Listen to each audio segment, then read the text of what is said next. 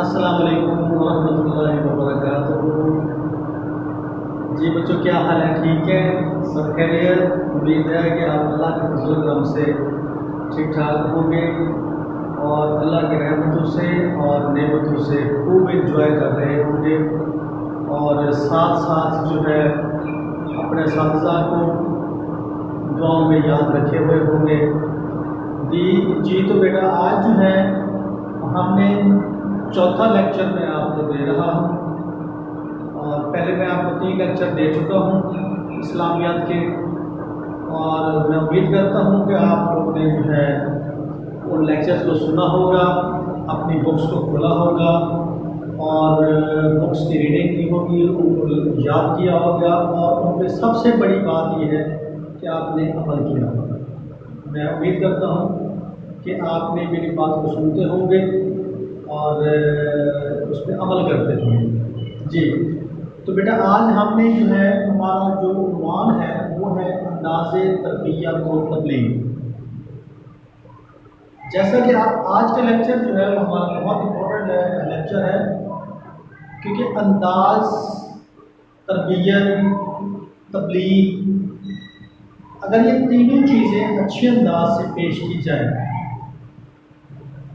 تو ہمارا جو لیسن ہوتا ہے، ہماری بات جو ہوتی ہے، وہ آگے جو ہے اچھے انداز سے کنوے ہو سکتی ہے۔ تو اس میں جو ہے انداز کا مطلب کیا ہوتا ہے؟ طریقہ۔ انداز کا مطلب کیا ہوتا ہے؟ طریقہ۔ تربیت و تبلیغ، تربیت، پرورش،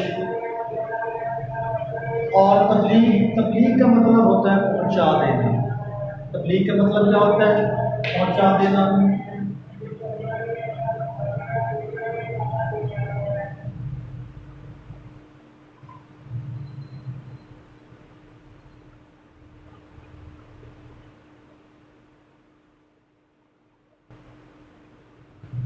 پہنچا دینا۔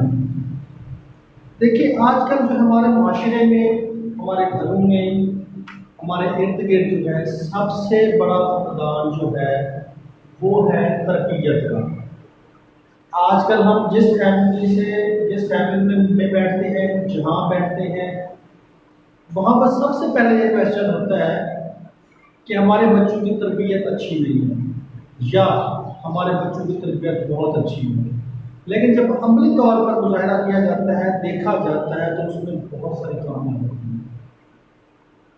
آج کل جو ٹیچرز ہیں، جو والدین ہیں، وہ تربیت پہ زور تو ضرور دیتے ہیں لیکن اس پہ عمل نہیں کرتے، اس پہ اچھے طریقے سے آگے کنوے نہیں کر پاتے۔ ان کا انداز ایسا نہیں ہوتا کہ جس وجہ سے بات کو جو ہے بچے فالو کریں اور اس پر عمل کریں۔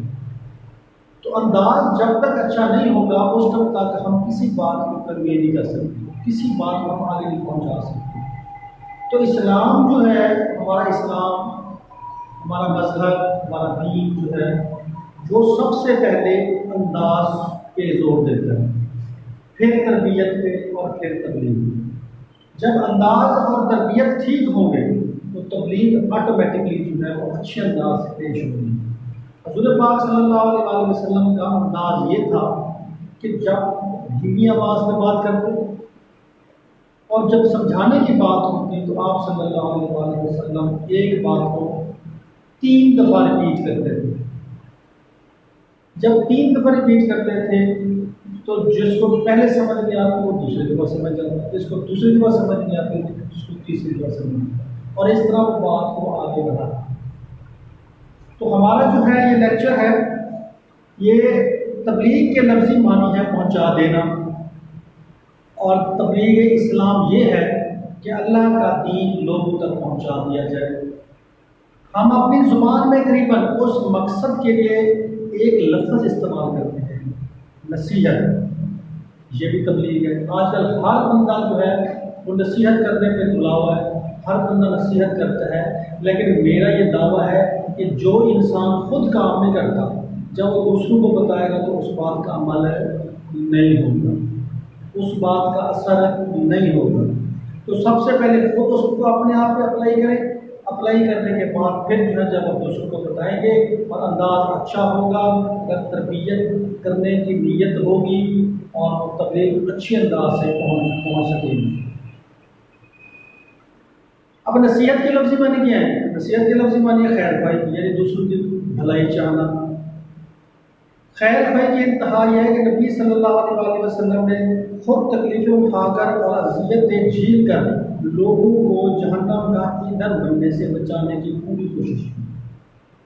یعنی آپ دیکھ لیں کہ جب طائف مکہ تھا، جب طائف مکہ کا واقعہ آپ کو مجھے تشریح ہوگا کہ جب آپ صلی اللہ علیہ وسلم پر چند شر پسند عناصر نے آپ صلی اللہ علیہ وسلم کے پیچھے دوڑے، آپ کو پتھر مارے، آپ کا اور آپ کو جو ہے وہ آپ پہ آوازیں کسی، تو اس وقت جو ہے وہ تمام طرح کے فرشتے آپ صلی اللہ علیہ وسلم کے پاس حاضر ہوئے کہ آپ ہمیں صرف اشارہ کریں، ہم ان کو بحث و نحث کریں۔ لیکن آپ صلی اللہ علیہ وسلم نے جو ہے صرف یہی دعا دی کہ اے اللہ تعالیٰ یہ مجھے نہیں جانتے، لیکن ان کی نسلیں جو ہیں یہ مجھے جو ہے نا جب تبلیغ ان تک پہنچے گی وہ مجھے جان سکے گی کہ میں ان کا کتنا فائدہ کروں۔ آج دیکھ لیں 1400 سال گزرنے کے باوجود جتنا شر پسند انسان ہوگا، جتنا سرکش انسان ہوگا، لیکن آپ صلی اللہ علیہ وسلم کی ذات پر، آپ صلی اللہ علیہ وسلم کی بات پر کوئی انگلی نہیں اٹھا سکتا۔ وجہ کیا ہے؟ وجہ صرف یہی ہے کہ ہم جو ہے وہ فوری طور پر جو ہے بدلہ لینے کی کوشش میں ہوتے ہیں کہ بس ابھی سے ہم نصیحت کریں، ابھی ہم تبلیغ کریں، اس کا اثر ہو جائے۔ تو نہیں، اس کے لیے ٹائم لگتا ہے، اس کے لیے ٹائم لگتا ہوتا ہے، اور اس کے لیے ٹائم کا یہ بھی مثال ہے کہ آج دیکھ لیں 1400 سال گزرنے کے باوجود کے بعد آپ صلی اللہ علیہ وسلم کا نام اس گرامی پورے روئے زمین پر، پوری کائنات میں جو ہے وہ گونج رہا، اور آپ پر درود و سلام کی جو ہے صدائیں جا رہی ہیں۔ اب حضور پاک صلی اللہ علیہ وسلم جو ہے وہ بحیثیت معلم، ان کا کیا کردار تھا؟ آپ صلی اللہ علیہ وسلم ہم خوش قسمت ہیں، جو اساتذہ ہیں خوش قسمت ہے کہ ہمارے حصے میں پیغمبرانہ پیش آیا، یعنی آپ صلی اللہ علیہ وسلم کی سنت پر ہم عمل کر رہے ہیں۔ تو جب ہم بات کو اچھے انداز سے نہیں پیش کریں گے، جب ہم بات کو اچھی تربیت سے نہیں ادا کریں گے، تبلیغ نہیں کریں گے، تو کس طریقے سے وہ جو ہے یہ معاشرہ ہمارا ٹھیک ہو سکتا ہے؟ تو رسول پاک صلی اللہ علیہ وسلم ایک دفعہ وہ تشریف فرما ہے، ارد گرد صحابہ کرام کی محفل جمی ہے، حاضرین کو پوری طرح متوجہ دیکھ کر محسن انسانیت صلی اللہ علیہ وسلم فرماتے ہیں، لوگوں تمہارا کیا خیال ہے کہ اگر تم میں سے کسی کے دروازے پر ایک نہر گزر رہی ہے جس میں وہ ہر روز 5 مرتبہ غسل کرتا ہو اور اس کے جسم پر کوئی میل کچھ باقی رہ جائے؟ صحابہ کرام نے عرض کیا کہ اس کے جسم پر تو میل کچھ کبھی بھی نہیں، کچھ بھی نہیں ہوگی، ذرا برابر بھی نہیں ہوگی۔ فرمایا بالکل یہی مثال 5 نمازوں کی ہے، اللہ تعالیٰ ان کے ذریعے سے خطاؤں کو مٹا دیتا ہے۔ کہ دیکھیں کتنی بڑی اچھے طریقے سے آپ نے اپنا انداز اپنایا، صحابہ کرام کو سمجھانے کا، مثالیں دے کر سمجھا کے آپ صلی اللہ علیہ وسلم نے جو ہے نا وہ نماز کی اہمیت اور وضو کی اہمیت بیان کرا۔ تو یہ آپ صلی اللہ علیہ وسلم کا انداز جو تھا تربیت کا، تبلیغ کا، یہ بالکل انوکھا ہوا تھا۔ ایک دوسرے موقع پر کیا ہے؟ دوسرے موقع پر جو ہے وہ حضرت ابو ذر غفاری بیان کرتے ہیں کہ رسول اللہ صلی اللہ علیہ وسلم سردیوں کے موسم میں ایک دن کہیں باہر تشریف لے جا رہے تھے، موسم خزاں کی وجہ سے درختوں کے پتے ٹہنیوں سے خود بخود جھڑ رہے تھے۔ رسول صلی اللہ علیہ وسلم نے ایک درخت کی 2 شاخیں پکڑی اور انہیں ہلایا تو پتے تیزی سے جھڑنے لگے۔ رسول صلی اللہ علیہ وسلم نے مجھے مخاطب کر کے فرمایا، ابو ذر میں نے کہا حاضر ہوں۔ اللہ کے رسول نے فرمایا کہ جب ایک مسلمان خالص اللہ کی رضا کے لیے نماز ادا کرتا ہے تو اس کے گناہ یوں جھڑ جاتے ہیں جس طرح اس درخت کے پتے تھے۔ جھاڑ رہے ہیں۔ اب دیکھیے، اب خود سوچیں کہ کس طریقے سے کتنا خوبصورت انداز ہے تبلیغ کرنے میں۔ تو آپ صلی اللہ علیہ وآلہ وسلم فرماتے ہیں کہ دیکھ لیں کہ جب آپ یعنی کہ اس میں اللہ کی رضا کے لیے نماز ادا کرتے ہیں، وضو کرتے ہیں، تو گناہ اس طریقے سے جھڑتے ہیں جس طریقے سے خزاں کے موسم میں درخت کے پتے جھڑتے ہیں۔ تو یہ آپ صلی اللہ علیہ وآلہ وسلم کا انداز جو ہے یہ بہت حکیمانہ اور بہت ہی عمدہ تھا، جس پر ہم عمل کرتے ہیں، اساتذہ کرام عمل کرتے ہیں، علماء کرام عمل کرتے ہیں، تو ہماری بات اچھے انداز سے آگے پہنچ سکتی ہے۔ تو حکمت تبلیغ کیا ہے؟ حکمت تبلیغ کیا ہے؟ یعنی تبلیغ کرنے کی حکمت کیا ہے؟ رسول اکرم صلی اللہ علیہ وآلہ وسلم سے اس انداز سے ہمیں یہ رہنمائی ملتی ہے، ایک مبلغ و مربی کے اپنے سیرت اخلاق میں ایسا حسن ہو کہ ملنے جلنے والوں کے دل اس کے لیے احترام و محبت کے جذبے سے لبریز ہوں۔ اگر لوگ متوجہ نہ ہوں تو مناسب وقت کا انتظار کیا جائے۔ آج کل ہم اپنی بات کو پہنچنے کے لیے پورے ہوتے ہیں کہ بس ہم اپنی بات کریں اور اس ٹائم اس کا من کریں، نہیں، حالات و واقعات دیکھنے چاہیے، بچوں کا یا بڑوں کا یا جن کو ہم تبلیغ کر رہے ہیں، جس کو نصیحت کر رہے ہیں، اس کا ان کا موڈ دیکھنا چاہیے۔ یعنی حالات و واقعات کو دیکھ کر اگر ہمارا انداز تربیت جو ہے وہ موضوع ہوگا تو اس بات کا اثر ہوگا۔ یہ ہادی بل برحق صلی اللہ علیہ وآلہ وسلم کے انداز تربیت کا ہی کمال تھا کہ جس نے چند سال میں عرب کی پوری سرزمین کو جہالت کے اندھیروں سے نکال کر اسلام کے نور سے منور کر دیا۔ پیارے رسول صلی اللہ علیہ وآلہ وسلم کا انداز تربیت اور تبلیغ ہمارے لیے مشعل راہ ہے۔ ہمیں چاہیے کہ ایک طرف انسانیت کی غم گساری کے جذبات سے لبریز ہو کر اسے دوزخ کا ایندھن بننے سے بچانے کے لیے ہمارے دل بےتاب ہوں، دوسری طرف رسول اللہ صلی اللہ علیہ وسلم کو اس حسنہ سے روشنی حاصل کر کے انسانیت کی فلاحی اور خیر خواہی کیجیے۔ اب دیکھیں کہ آپ اب اس وقت کو آپ امیجن کریں، اپنے ذہن میں لائیں کہ جب پورا عرب کا معاشرہ جو ہے وہ انتہائی پستی کی حالت میں تھا، گمراہی کی حالت میں تھا، تو اس وقت ایک روشنی کا مینار، ایک روشنی کا دیا آپ صلی اللہ علیہ وسلم کی صورت میں آیا اور پورے معاشرے کے عرب کے معاشرے پر کیا گیا کہ اپنی انداز تربیت اور تبلیغ سے پورے معاشرے کو اپنا مطیع کر لیا۔ ہم بھی تو حضور پاک صلی اللہ علیہ وسلم کی امت میں سے ہیں، ہم کیوں نہیں کر سکتے؟ کیونکہ ہم میں صبر نہیں ہے۔ ہم میں اگر صبر آ جائے کہ ہم اس کا موضوع دیکھیں۔ اب دیکھیں ایک پتھر ہے، پتھر پر اگر پانی کے قطرے گرتے رہے تو اس میں سوراخ ہو سکتا ہے۔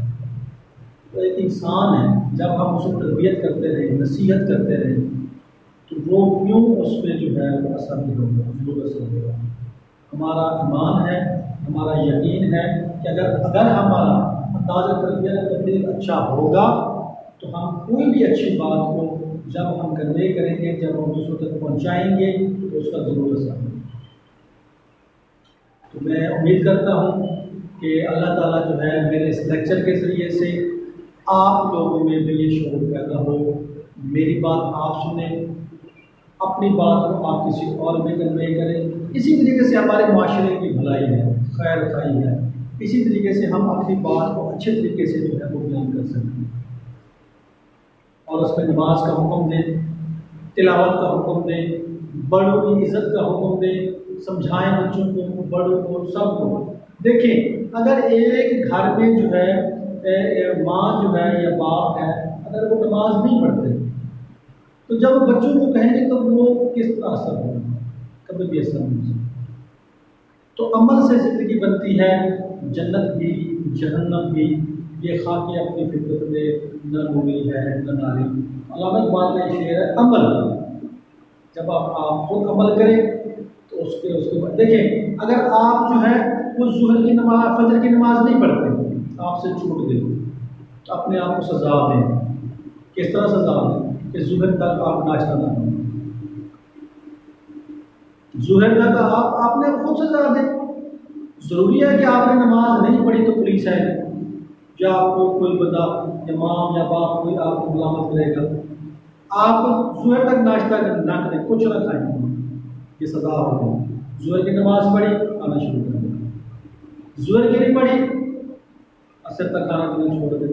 اسی طرح مغرب تک، اسی طرح عشاء تک. تو ایک دن اپنے آپ کو سزا دے کے دیکھیں کس لیے؟ اللہ کے لیے، اس کے رسول کے لیے، اس کے اسلام کے لیے، دین کے لیے. پھر دیکھیں کس طریقے سے ہم میں جو ہے وہ تبدیلی نظر آنا شروع ہو جاتی ہے. تو جب ہم یہ سوچتے ہیں کہ میں دوسرے سزا دیں گے، دوسرے تبلیغ کریں گے، دوسرے سمجھائیں گے، تو آج کل ہر گھر میں ہر چیز موجود ہے، قرآن پاک موجود ہے، کتابیں موجود ہیں، لیکن صرف فرق یہ ہے کہ ہم جب تک انہیں اٹھائیں گے نہیں، انہیں دیکھیں گے نہیں، انہیں پڑھیں گے نہیں، ان پہ عمل نہیں کریں گے، تو کس طریقے سے ہم اس کو لیکچر کو اپنا کام تک بنا سکتے ہیں. تو بیٹا میری یہ آپ سے ریکویسٹ ہے، ہمبل ریکویسٹ ہے کہ آپ جو ہے وہ قرآن پاک کی تلاوت کریں، نماز پڑھیں، وضو اچھے طریقے سے کریں. وضو کرنے کا طریقہ سیکھیں. اگر ہمارا وضو اچھا نہیں ہے تو ہماری نماز اچھی نہیں ہے. جب ہماری نماز اچھی نہیں ہے تو ہم پہ تبدیلی نہیں آ سکتی. اس وجہ سے یہ جو وقت ہے اس میں اپنی پڑھائی کے ساتھ ساتھ عملی طور پر ہر چیز کو فالو کریں، ہر چیز کو سمجھیں، بڑوں سے سمجھیں، اپنے جو ہے کتابوں سے سمجھیں. آپ کے پاس نیٹ موجود ہے، وہاں سے دیکھیں، تو دیکھ کے اپنے آپ کو بہتر سے بہترین کی طرف گامزن کریں. اللہ تعالیٰ آپ کو تمام مناسب ہو. تو انشاءاللہ اسی طریقے سے جو ہے وہ آپ کو لیکچر پہنچاتے رہیں گے. اور میں نے آپ کو پہلے بتا چکا ہوں کہ اس کی جو مشق ہے وہ مشق میں شارٹ لانگ جو بھی ہے صرف ایک دو پیج ہی ہیں، اسی میں سے اس کے آنسرس موجود ہیں، باہر سے نہیں ہے. چھوٹے چھوٹے آنسرس ڈھونڈتے ہیں، اس میں لانگ ہے شارٹ ہے جو بھی ہے وہ اسی میں سے موجود ہے. تو آپ اس کو دیکھ کر لکھیں، پریکٹس کریں، یاد کریں، اس پہ عمل کریں. آخر میں وہی دعا کہ اللہ تعالیٰ آپ کو حامی ناصر ہو، آپ لوگوں کے نصیب اچھے کریں، آپ لوگوں کو بہتر سے بہترین انسان بنائیں. اور آپ اپنا یہ فریضہ جو ہے یہ آپ یہ انداز ہے اس کا تبلیغ اور تربیت و تبلیغ کا فریضہ بھی سارا جان کی ہمت دیں. اپنے دعاؤں میں بھی یاد رکھیں، ہمارا حق ہے اساتذہ کو اپنے دعاؤں میں یاد رکھیں، 5 نمازوں میں یاد رکھیں، اٹھتے بیٹھتے ہر ٹائم اساتذہ کو یاد رکھیں. بس یہی ہم چاہتے ہیں. وما علینا الا البلاغ المبین. السلام علیکم ورحمۃ اللہ وبرکاتہ.